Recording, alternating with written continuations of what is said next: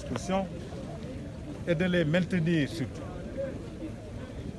pour que les armées puissent demain se consacrer à d'autres travaux et n'aient pas à chaque fois à revenir sur les mêmes choses. Et je pense que le personnel l'a très bien compris. J'en ai profité également pour revenir sur certains principes fondamentaux pour la marche des armées.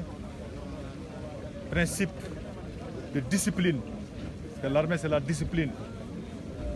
Principe de solidarité, de cohésion et d'engagement, sans lesquels il est difficile pour une armée qui se veut professionnelle de faire son travail dans des conditions optimales. Et bien entendu, dire au personnel à quel point c'était difficile pour moi de lui dire adieu après pratiquement 40 ans de service dans cette institution. Et du fait surtout que je l'ai fait dans une base où j'ai passé une bonne partie de mon enfance en tant que Thiessois. Mais tout ça aussi doit nous rappeler que toute chose a une fin. Même la vie a une fin. Et que l'essentiel, ce n'est pas le temps qu'on a passé dans une institution, mais c'est ce qu'on a contribué dans l'institution. Nous n'avons pas tout fait, mais on a fait de notre mieux pour que les armées aillent de l'avant. Et nous avons prié avec nos camarades pour que le bon Dieu continue. Vous le savez, depuis quelques jours, j'ai commencé une tournée d'adieu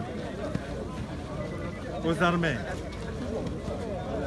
Comme vous avez dû suivre, j'ai commencé mes premières visites en zone militaire numéro 3 à Kaolack, ensuite en zone militaire numéro 2 à Saint-Louis et Louga,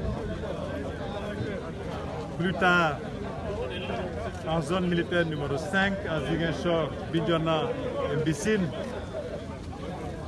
ensuite à la zone militaire numéro 6 à Kolda et à Dabo, où nous avons inauguré un nouveau centre d'entraînement tactique, CT6, et enfin en zone militaire numéro 4 à Tambacounda. Et dans ces deux dernières zones, nous avons eu le privilège et le bonheur d'installer les deux nouveaux commandants de zone.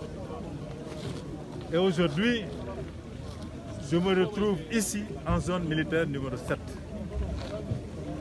Comme vous le savez, la zone militaire numéro 7 est une zone de très grande importance pour les armées. D'abord, du fait de sa position géographique, qui en fait une zone qui est pratiquement une porte d'entrée à toutes les autres zones, mais aussi du fait du nombre important d'unités qui sont positionnées ici. Et ces unités comportent des unités de réserve générale, comportent des centres de formation, comportent des centres d'entraînement. Et c'est conscient de l'importance que revêt cette zone militaire numéro 7 que le commandement a fait d'énormes efforts pour améliorer les conditions de travail, mais également de vie de l'ensemble du personnel qui se trouve ici, en zone militaire numéro 7. Et aujourd'hui, sous la présidence du ministre des Forces armées, nous avons visité et réceptionné plusieurs infrastructures qui ont été réhabilitées ou nouvellement réalisées au profit des personnels de la zone militaire numéro 7. J'ai dit tantôt au personnel que c'est bien de reconnaître l'effort du commandement, mais que c'est mieux de mériter la confiance du commandement en se donnant les moyens d'entretenir les infrastructures dimensionnantes que ce commandement a mis à votre disposition et de les maintenir surtout.